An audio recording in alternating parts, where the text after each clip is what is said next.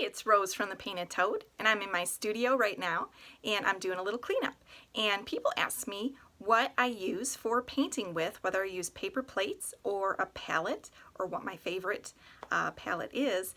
And I like to use a plastic palette, not only because it cuts down on waste, but it's great because you don't actually have to rinse it off when you're done painting. You can let it sit and dry.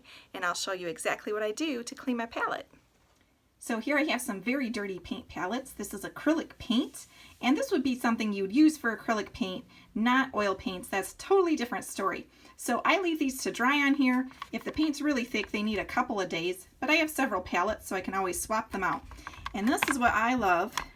You can just take your finger and pick that paint right off and throw it in the trash. So it doesn't even have to go down your sink. And if you're like me, you like to pick at things because it's very satisfying, it's a great way to save on making waste when you're painting and satisfying that wonderful feeling of picking at something rather than your fingernails.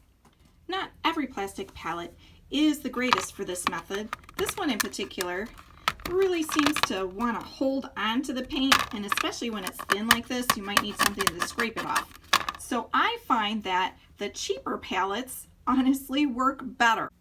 The shinier the surface of the palette, the easier it is to get the paint off. Once you get most of the larger chunks off, you can use a scrubby sponge like this and just rub it over the surface to get off the extra little bits, or you can also use a scraper like this.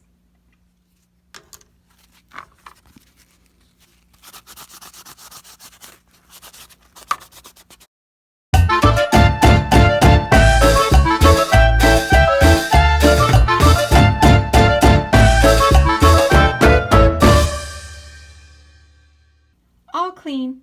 Now this tip is meant for individual painters. If you're having a big group, then I would definitely go with the paper plates because that would be a lot of palettes to clean.